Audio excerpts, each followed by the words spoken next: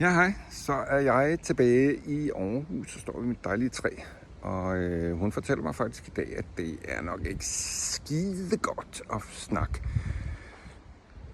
mørk energi, mørk stof, Big Bang, antistof, det ene og det andet. Fordi de der spirituelle, de interesserer sig faktisk ikke særlig meget for den slags, for at være helt ærlig.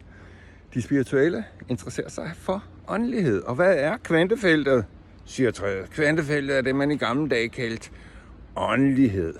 Altså derfor sjælene mødes og forenes med Gud. Det var det, man i gamle dage forstod ved at være spiritist. Man kunne tale med de afdøde. Man kunne gøre alle mulige sjove ting i dette. Og af en eller anden grund så er kvantefeltet blevet til en ny slags åndelighed. Og det er der en grund til, fordi i kvantefysikken er den en hel masse ting, der ligesom viser, at det kunne være sådan. Og det er derfor, vi skal forske i det.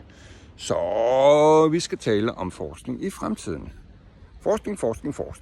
Lad os alle sammen blive enige om, at det er en god idé at forske noget mere i kvantefeltet. Tak for i dag. Hej hej.